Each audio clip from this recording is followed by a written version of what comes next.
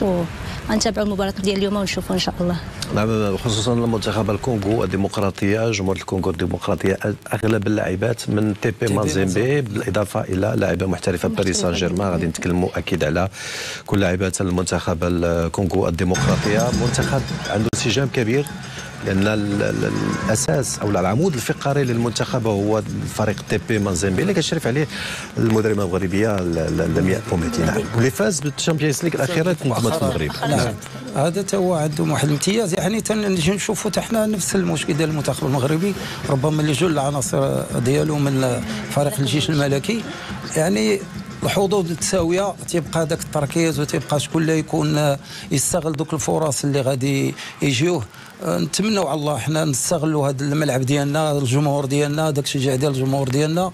نتمنوا على الله نكونوا في المستوى، وخصنا نكونوا في المستوى باش نمروا للدور الثاني. انتصار يكون ان شاء الله. ان شاء الله، هذا الشيء اللي كنتمناو. غادي نربطوا الاتصال بالزميل سفيان الرشيدي، مبعوث القناه للحديث على اجواء المواجهه. سفيان، اهلا وسهلا بك.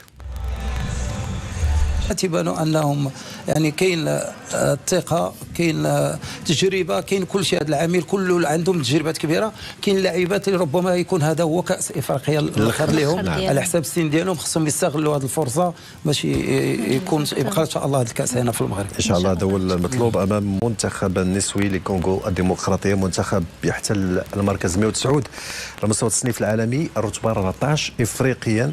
المدرب هيرفي هابي، ثالث مشاركه احتضنها الملعب الأولمبي بمدينة الرباط وبحضور جماهيري كبير. المنتخب الكونغولي كان سباقا إلى التسجيل كما نتابع عن طريق اللاعبة كانجينغا في الدقيقة السادسة. عودة المنتخب الوطني في النتيجة كانت بواسطة اللاعبة غزلان شباك في الدقيقة 25. عادت بعدها غزلان شباك نجمة المباراة بدون منازع لتسجيل الهدف الثاني في الدقيقة 43. خلال الشوط الثاني تمكن منتخب الكونغو الديمقراطية من التعديل عن طريق اللاعبة فلافين مويتي في من تسجيل التعادل. هي اللاعبة البديلة طبعا اللي دخلت في الأمتاس الأخيرة من الشوط الثاني قبل أن تعود غزلان شباك اللي تمنح التقدم للمنتخب الوطني بهدف ثالث، ثلاثية هاتريك سجلته غزلان شباك في هذه المباراة وختمت النتيجة ياسمين مرابط من ضربة جزاء في الدقيقة 83. وبالتالي 4 ديال الأهداف لهدفين. حنا كنتابعوا الهدف الثالث اللي غيجي ديال غزلان شباك، ثم كيف ما قلت ياسمين مرابط سجلت الهدف الرابع. سي هيدامو، كيفاش شفتي تدبير المباراة من المنتخب الوطني؟ استقبل هدف نفس